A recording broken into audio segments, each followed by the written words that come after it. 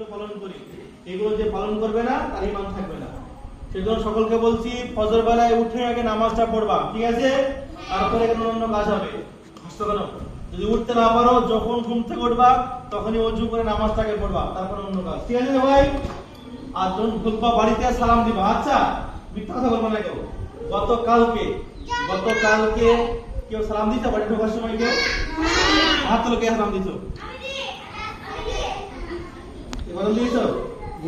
আজকে সকলকে বলছি, আমি কিন্তু জিজ্ঞাসা করবো আগামী দিনে যখন ঢুকবে বাড়িতে তবে আসসালামু আলাইকুম ঢুকবে, ঠিক আছে? এটা মনে থাকবে তো? খবরদার, যখন আব্বা হোক মা হোক যে থাকুক না কেন, না থাকলেও বাড়িতে সালাম দিবা, আব্বাকে মাকে সালাম দিবা, ছোট ভাই বোনদের সালাম দিবা। এতে যেন আল্লাহর রহমত বর্ষণ হবে। কে? তাও সালাম দিয়ে শিখাবা।